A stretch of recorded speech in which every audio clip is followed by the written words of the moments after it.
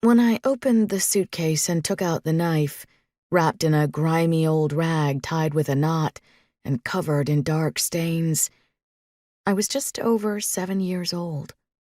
My sister, Belonicia, at my side, was about a year younger than me. We'd been playing outside of our old house, with dolls we'd fashioned from corn harvested the previous week. We'd transformed the yellowing husks around the cobs into dresses, pretending the dolls were our daughters, the daughters of Bibiana and Belonicia. When we noticed Grandma Donnana in the backyard, walking away from the house, we turned toward each other to give the nod. All clear. It was time to find out what she'd been hiding in her leather suitcase among threadbare clothes that smelled like rancid lard. It wasn't lost on Grandma how quickly we were growing up.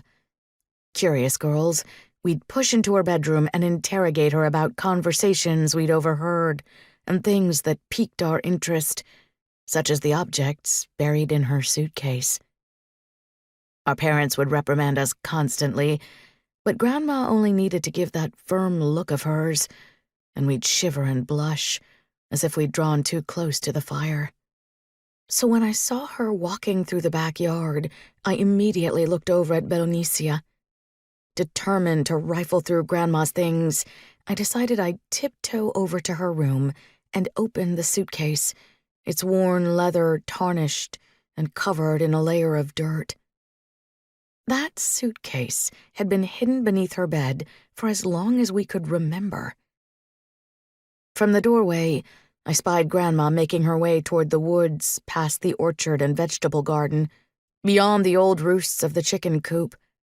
In those days, we were already accustomed to the way Grandma would talk to herself, muttering the strangest things, like when she'd ask someone we couldn't see, to stay away from Carmelita, the aunt we'd never met. Grandma would tell that ghost dwelling in her memory to leave her girls alone.